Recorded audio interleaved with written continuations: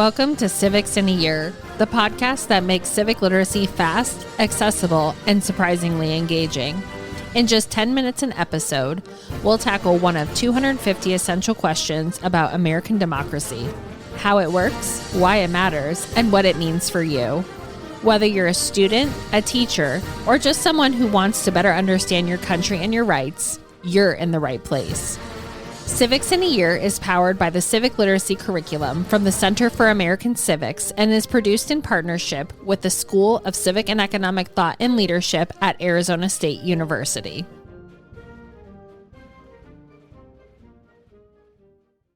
Welcome back, everybody. We have one of our favorites, Dr. Paul Kreis, back to talk to us about Abraham Lincoln and the Declaration. So, Dr. Kreis, thank you so much for coming back.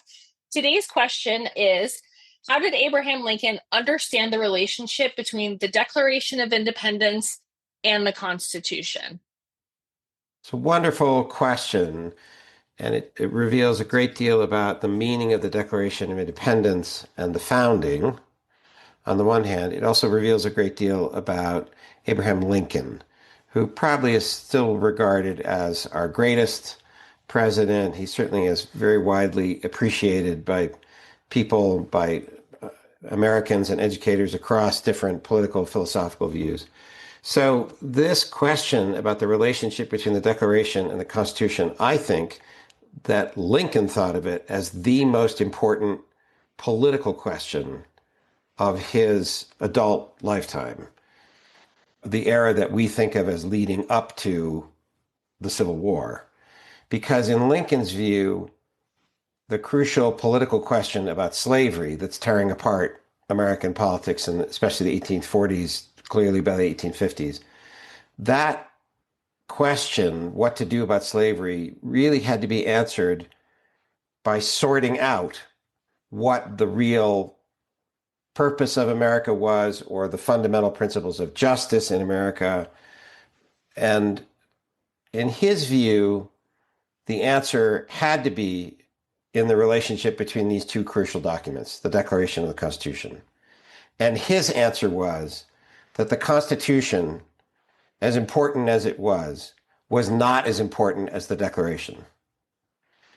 Both important, but the Constitution existed for the purpose of serving the aims and purposes and ideals in the Declaration of Independence.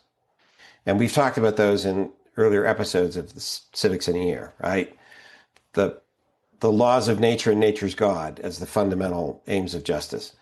The self-evident truths that all men are created equal. That's, of course, the crucial one in relation to slavery. Among these self-evident truths, that every human being has an unalienable right to life, to liberty, to the pursuit of happiness, among other crucial rights. Okay, so again, as important as Lincoln thought the Constitution was, and he's a lawyer, okay, he thought we must understand the Constitution as the means to achieve the ends or aims specified in the Declaration of Independence. And so this enormously contentious question of slavery in America had to be approached primarily, Lincoln thought, through the truths in the Declaration of Independence. And then secondarily, it had to be addressed through the crucially important institutions and procedural principles in the Constitution. And that meant for Lincoln that in the Constitution, of course, is government by consent to the governed, which is a principle in the Declaration, but through these complicated constitutional means. And as complicated as the Constitution is, it still gives its real weight to majority rule, majority opinion. Majority opinion is sort of made complicated in the Constitution by, the Senate is not exactly a democratic institution, and the federal courts are not exactly a democratic institution, et cetera, et cetera. But it still gives weight over time to majority opinion. And Lincoln's view was that when you came right down to it with slavery, majority opinion could not cancel out the truths in the Declaration. Majority opinion had to comply with the truths in the Declaration. So fast forwarding to Lincoln as president, he thinks he must comply with the Constitution. He takes an oath to it. As I said, he's already a lawyer. He campaigns by saying he's going to comply with the Constitution. But the crucial question then is, well, how to interpret it? How to interpret the Constitution in relation to the question of slavery? And again, his insight is, and his very public argument is, the Constitution must be interpreted according to the overriding fundamental principles of the Declaration of Independence. Now, regarding slavery, what that meant is that on the one hand, Lincoln argued, the federal government had no power to abolish slavery where it currently existed in the 1850s, in 1860, once he's elected in November as president. That election doesn't mean he now is king and he has power to just do whatever he wants to do about slavery. The Constitution, it's just clear there are too many clauses in the Constitution that protect slavery, the legal status of slavery, where it exists. Okay? But on the other hand, according to this principle that the Declaration should be guiding the interpretation of the Constitution, according to that principle, the federal government could restrict the expansion of slavery into territories and could control, the federal government could control and regulate slavery anywhere it was the government, the territories, not the states being the sovereign government. Because, in fact, not only could it, it should regulate slavery or restrict the expansion of slavery in this way, because this is what the Declaration of Independence requires. The moral principles, the self-evident truths about justice and rights in the Declaration of Independence require the view that slavery is wrong. And so to the extent that the federal government could restrict it or mitigate it, the federal government must, according to the principle of the Declaration. So this complicated view that Lincoln holds makes a lot of people unhappy. On the one hand, the abolitionists against slavery are not happy that once he's elected president, he's not just going to move to try to abolish slavery everywhere. On the other hand, the leaders in the southern states are very threatened by Lincoln's election because they don't believe he's telling the truth. They believe that he's an abolitionist, even though he's saying, look, I'm going to stick to the Constitution as much as I'm opposed morally to slavery on the grounds of the Declaration of Independence.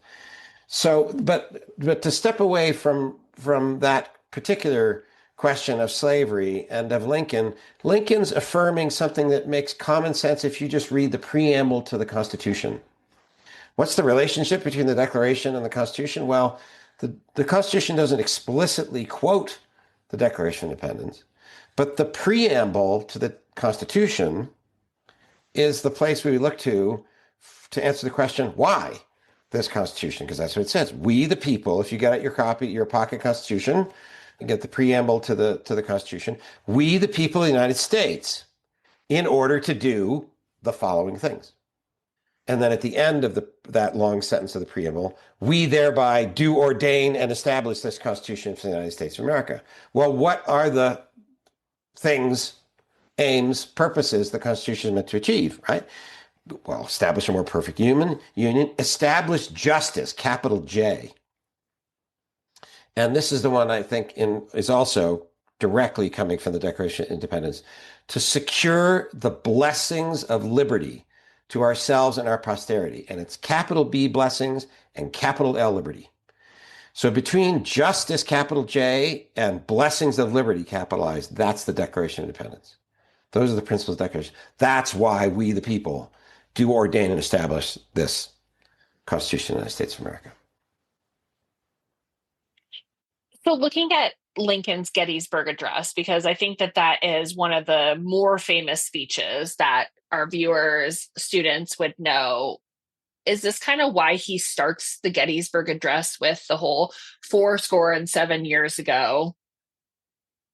I think that's exactly why. If you do the math from 1863, November of 1863, standing on that battlefield in Pennsylvania, 87 years earlier, 7 years earlier, is 1776. So when he says 7 years ago, our fathers brought forth on this continent a new nation, right? That date is not 1787, the Constitution. And it's not, 1620, the Mayflower Compact or something like that, right? 87 years ago, our fathers brought forth in this continent a new nation conceived in liberty and dedicated the proposition, what? Oh, that all men are created equal. Okay, that's why this battle was fought. That's why this war is being fought. And then in the text of the Gettysburg Address, he calls for a new birth of freedom. These men who fought here have dedicated and consecrated this battlefield more than any of our words, right, could ever do. What can we do now? We have to be committed to the new birth of freedom that their struggle has made possible. That means a new commitment to the principles of 1776. What does that mean? All men are created equal, and the broader principles of the Declaration. Now, there is a point there that, and I'll talk about this a little further, Lincoln's views of the Declaration of the Constitution. It's not accidental he uses a biblical phrase. So this is from Psalm 90, to count the lives of men in terms of score of years, 20 years, and then more particular years. So to say 7 years ago, scholars have documented this quite a lot. He's trying to bring in the Christian biblical tradition, which he hopes might be unifying, as well as giving a deeper foundation. Now, the Declaration, again, itself refers to the laws of nature and nature's God, and it has 3 other references to a divinity, but it doesn't use explicitly, say, Christian or Jewish and Christian language. This is from the Old Testament, as the Christians would say, or from the Hebrew Bible, Psalm 90. So again, it's another signal that, of course, he's fighting for the Union, right? The war. Here he is at Gettysburg, 1863. Of course, the war is for the Union and for the Constitution, but it's for the why behind the Union and the Constitution. So he's trying to pull it all together and say that the new birth has to be informing the Constitution, including amendments to the Constitution, which he's already thinking about, to abolish slavery. Our Constitution, our laws, our political culture has to more tightly comply with the Declaration and its principles than it has in these first 87 years. So now one other source we have about this relationship, which informs why in 1863 at Gettysburg would he start with 7 years ago, pointing to 1776? Why would he talk about conceived in liberty? That's what America means in 1776. Why dedicated to the proposition, a phrase from the Declaration, that all men are created equal? In 1859, Lincoln has become nationally famous by then because of what are called the Lincoln-Douglas debates. He challenges a very prominent Democratic senator from Illinois, Lincoln's from Illinois, for the Senate seat from Illinois in the 1858 election. Long shot effort by Lincoln, because Senator Stephen Douglas is one of the most famous politicians in America and one of the leaders of the Democratic Party, and he's going to be the Democratic Party nominee in 1860 for the presidency. Okay, famous for it. Lincoln runs against him, challenges him to debates. Lincoln becomes famous in what are called the Lincoln-Douglas debates. Now, Lincoln loses in the end. The state legislature chooses senators. Lincoln loses, but it makes him famous, and especially among this new party, the Republicans, the Republican Party. So Republicans in Boston, Massachusetts, invite Lincoln in 1869 to a celebration of Thomas Jefferson's birthday. So you can see what the Republican Party is doing up in Boston, right? They want to emphasize the Declaration and Jefferson and the Declaration. So they invite Lincoln. Lincoln says, I regret that I cannot attend, but he writes a letter. And the letter is about the relationship between the Declaration and the Constitution. And he says that we now, as Republicans, could be very proud that we stand for Thomas Jefferson's principles. And isn't it a shame that the Democratic Party, which was founded by Thomas Jefferson, no longer really holds to Thomas Jefferson's principles in the Declaration of Independence? It's kind of mocking them, right? And then he gives quotations from very Southern leaders who in the previous decade or more had mocked the Declaration of Independence. Southern statements that the Declaration of Independence statement about all men be created equal, that's a self-evident lie. Or there are glittering generalities in the Declaration of Independence, like who cares, So he says, but we Republicans, we believe in it. And so this is the final paragraph of this letter he writes. You can find it. It's an 1859 letter to Henry Pierce, or Peirce, they would pronounce it in New England, and others. This is the final paragraph of Lincoln's letter. All honor to Jefferson, to the man who, in the concrete pressure of a struggle for national independence by a single people, introduced into a merely revolutionary document an abstract truth applicable to all men and all times, so as to embalm it there, he means preserve it there, that today and in all coming days, it shall be a rebuke and a stumbling block to the very harbingers of reappearing tyranny and oppression. So this is his praise to Jefferson for saying, self-evident truths, all men created equal, lives, liberty, pursuit of happiness. Okay. So this is in 1859, he's got it on his mind very intensely, that the Declaration is the guiding principle for interpreting the Constitution and the conduct of the federal government. So I know that there's also a writing by Lincoln where he compares the Declaration and the Constitution to gold and silver specific items. Why does he do that? Can you talk a little bit about that? Yes, this is another extraordinary document from Lincoln. So obviously the Gettysburg Address is a very public document, 1863. He's focused on the Declaration and a rebirth of freedom, a rebirth of American political culture according to the principles of the Declaration. And now we've just seen 1859, he's very much got the Declaration on his mind. And he'd been arguing about the Declaration for well over a decade in the 1850s. This is the key to understanding the slavery controversy. But we also know, historians know, of what it's called a fragment. It's a note to himself that Lincoln writes, and scholars date it to either late 1860 or early 1861. So they date it to the period when he's been elected president.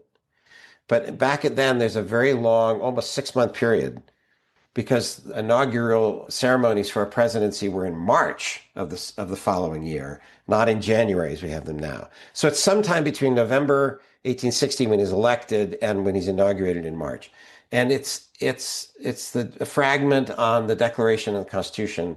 And the crucial word he uses is apple of gold. So you could find it that way. And it's again an occasion where he invokes a passage from Scripture, from the Old Testament. This is from Proverbs 25. And this is a proverb said to be these are Proverbs from King Solomon, said to be this very wise, judicious king. And it's using the phrase from the Proverbs, a word fitly spoken is like an apple of gold in a frame of silver. And Lincoln compares the Declaration and the Constitution to these precious items. The Declaration is the apple of gold, and the frame of silver around the apple of gold to adorn it and protect it is the Constitution.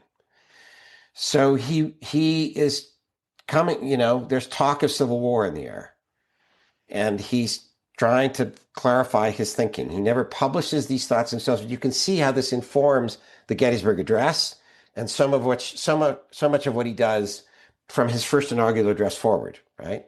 So I'm just going to read it. This is a long reading from Lincoln, but it's worth every word. All this, and he means America, all this is not the result of accident. It has a philosophical cause. Without the Constitution and the Union, we, America, could not have attained the result. But even these are not the primary cause of our great prosperity. There's something back of these, entwining itself more closely about the human heart. That something is the principle of liberty to all. The principle that clears the path for all, gives hope to all, and by consequence, enterprise and industry to all.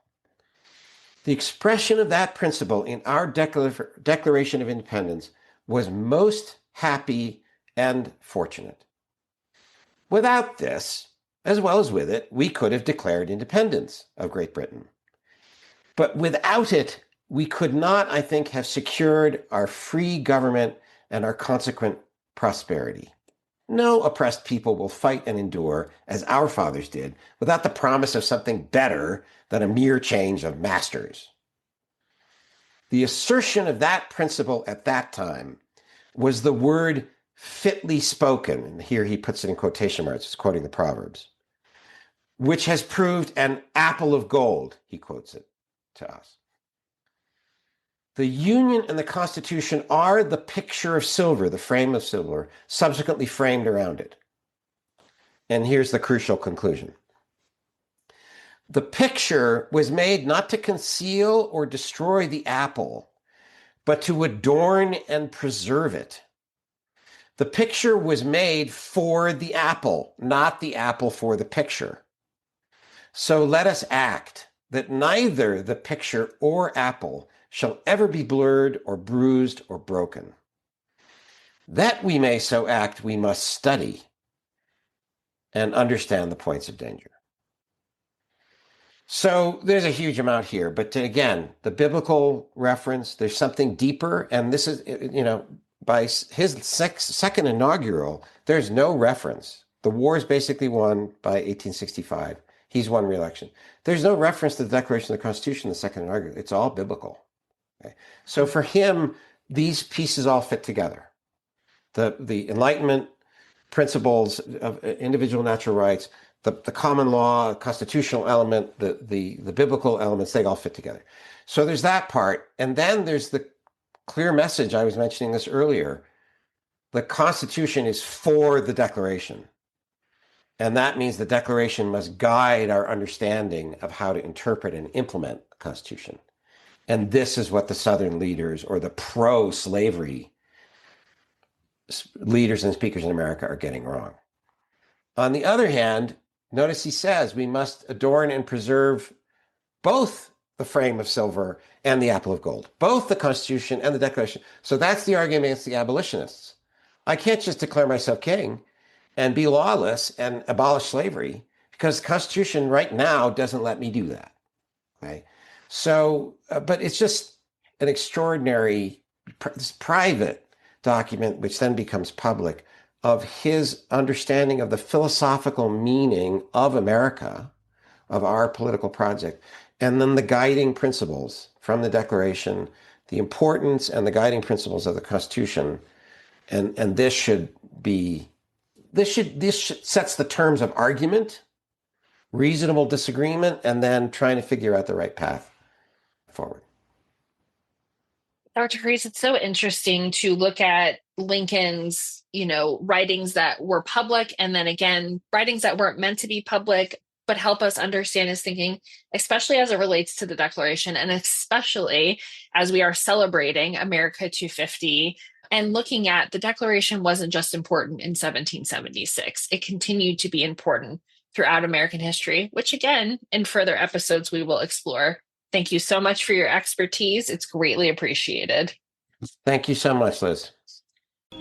Thanks for joining us on another episode of Civics in a Year. If you enjoyed this episode, be sure to subscribe and share it with someone who cares about a constitutional republic as much as you do. For more episodes, resources, and updates, follow us on social media or visit us at civics.asu.edu. Make sure to check out the show notes for any relevant links. Special thanks to the United States Marine Band for their performance of the Stars and Stripes Forever. Let's keep building a stronger constitutional republic, one episode at a time.